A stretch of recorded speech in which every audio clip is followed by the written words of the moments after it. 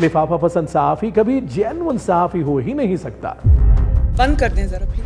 खान साहब ने मुझे नहीं रोका था। मुझे इसको वीडियो तो नहीं कर रहे? बंद कर दें जरा। आजादी सहाफत वही है जिसमें वो मीडिया को मैनेज कर सके। एक सेकंड जरा इसको काटें। तैयब बलोच का वाकया काबिल मजम्मत भी है और काबिल मरम्मत भी। इस बारे में हमारा साफ और वाज़ेह मौक़िफ़ है, ये ज्यादती है, सरासर ज्यादती है। किसी भी सहाफी को मारना, पीटना, ज़दोकोब या डिक्टेट करना एक इंतहाई घटिया अमल है जिसकी किसी भी तौर जस्टिफिकेशन पेश नहीं की जा सकती, माफी नहीं दी जा सकती। यह हमारा असूली और बकौल लोहापाड़ जी लोहापाड़ मौक़िफ़ है। अब आ जाते हैं तैयब बलोच की तरफ। उनकी कहानी बल्कि कहानियां आप सुन चुके हैं। उनका काफी देर से पीटीआई के साथ इट कुत्ते वाला ताल्लुक चल रहा था। वो अलीमा खान की जायदाद और शौकत खानम के फंड्स पर अक्सर सवाल उठाते रहते थे। सवाल भी ऐसे जो साफ महसूस होता है फजूल और प्लांटेड है। हमने इस सारी सूरत हाल और सोशल मीडिया तूफान पर गौर किया तो दो सवाल हमारे जहन में उठे। पहला सवाल, क्या वो प्लांटेड थे?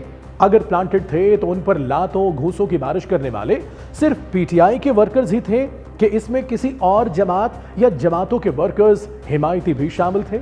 और अगर शामिल थे तो जाहिर है यह सब एक प्लान था। उन्होंने मारपीट का आगाज किया होगा और फिर हम जिसे मॉब मेंटालिटी कहते हैं, हर एक पीटीआई वाले ने भी तैयब बलोच पर अपना गुस्सा उतारा होगा। अब जिस तरह वीडियोस में दिखाया जा रहा है कि उन्हें जमीन पर लेटाकर ठीक ठाक कुट चढ़ाई जा रही है, लेकिन जाने क्यों ये सारी फिल्मी किस्म की मारपीट लग रही है? क्योंकि अगर असल घुसुन लगे होते तो इतने लोगों से तबीयत साफ कराने के बाद तैयब बलोच जैसी सेहत के बंदे के लिए बीसीओ चैनल्स और व्लॉगर्स के पास जाकर अपनी बिपता सुनाने की सकत बाकी रह ही नहीं सकती थी। दो चार मुक्के ही ठीक जगह पर पड़े हों तो बंदा 2-4 दिन बिस्तर पर पड़ा रहता है, लेकिन वो अगले ही लम्हे सुपरमैन की तरह भाग भाग कर चैनल अपनी दुर्गत की तशहीर और इनकैशमेंट करते नजर आ रहे थे। दूसरा सवाल, क्या किसी सहाफी को प्रेस कॉन्फ्रेंस में ऐसा रवैया रखना चाहिए? प्रेस कॉन्फ्रेंस से पहले ही टिपिकल प्लांटेड किस्म के सवाल करने चाहिए? हालांकि हर सहाफी को पता है सवाल प्रेस कॉन्फ्रेंस के बाद होते हैं, और फिर सवाल भी एक बुजुर्ग खातून से कि आपकी औकात क्या है। यह सहाफियाना रवैया और अल्फाज तो हरगिज नहीं है। मौसूफ तैयब बलोच का ट्रैक रिकॉर्ड देखते हुए उनके इस जारहाना सहाफती रवैये और गुज़िश्ता रोज अलीमा खान के साथ अंडे वाले वाक़े को जोड़ कर देखें तो ये एक ऑर्केस्ट्रेटेड एफर्ट लगती है।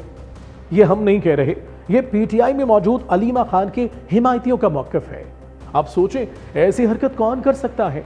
इतने समझदार तो आप हैं ही कि समझ जाएं कि जो अंडे पड़वा सकते हैं वो उल्टी सीधी जबान भी चलवा सकते हैं। नईम पंजोता तो सुना है मामले की तह तक पहुंचने की सरतोड़ कोशिश कर रहे हैं। फिलहाल उन्होंने बताया है कि जो हरकत तैयब बलोच ने की है उसके लिए पहले जेन्युइन और मुस्तनद सहाफियों से भी राब्ते किए गए कि वो अलीमा खान को प्रेस कॉन्फ्रेंस में रगे दें। इंटरेस्टिंग, जो सिचुएशन तैयब बलोच के साथ हुई है, अगर वो किसी जेन्युइन सहाफी के साथ होती तो मामला और संजीदा बल्कि गंभीर बल्कि शायद वस्सों बार हो जाता। वस्सों बार मतलब आउट ऑफ कंट्रोल। लेकिन जेन्युइन सहाफी जितना मर्जी लिफाफा पसंद, खुशामद पसंद हो, वो पब्लिकली गालियां खाने, अपनी हड्डियां तोड़वाने के लिए कभी तैयार नहीं होगा। वैसे ऊपर का जुमला है ही गलत। लिफाफा पसंद सहाफी कभी जेन्युइन सहाफी हो ही नहीं सकता।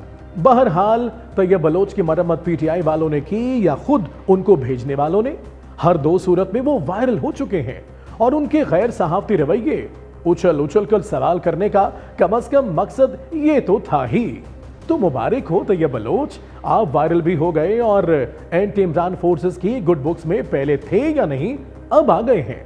यहां थोड़ी सी बात मैं अपनी मीडिया बरादरी से भी करना चाहूंगा, जो पीटीआई पर आजादी सहाफत पर एक रकीक हमला करने के चार्जेस लगा रहे हैं।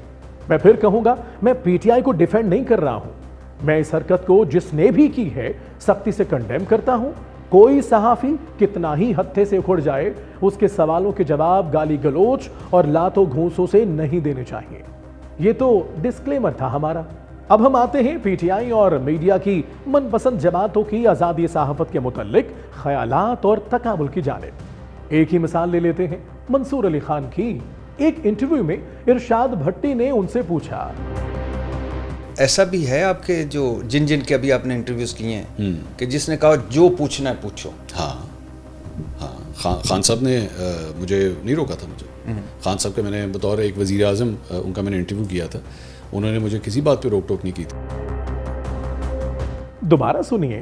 ऐसा भी है आपके जो जिन जिन के अभी आपने इंटरव्यूज किए हैं कि जिसने कहा जो पूछना है पूछो? हाँ हाँ, खान साहब ने मुझे नहीं रोका था। मुझे एज अ प्राइम मिनिस्टर हर सवाल करने की इजाजत दे देना वाकई बहुत बड़ी बात है।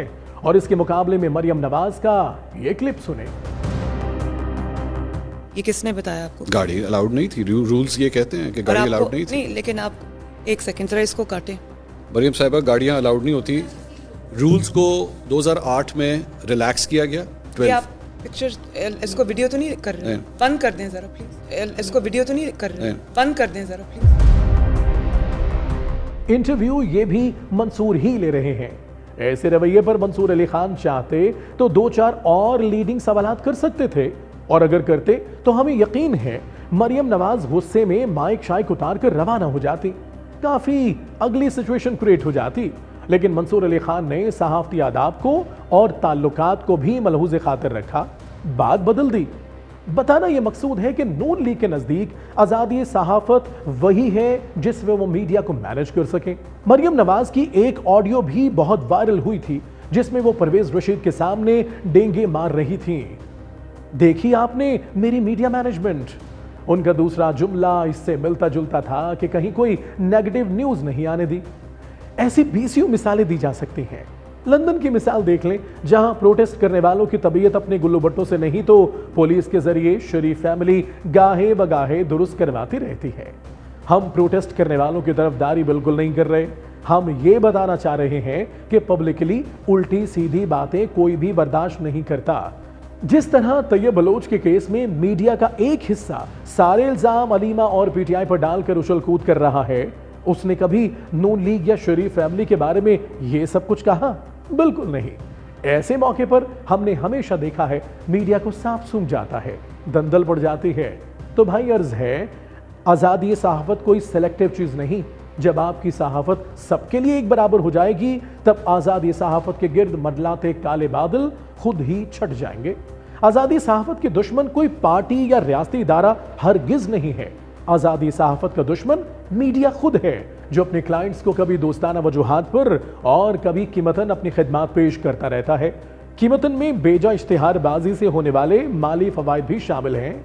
वैसे बड़े बड़े सहाफी बाटर व यकीन रखते हैं।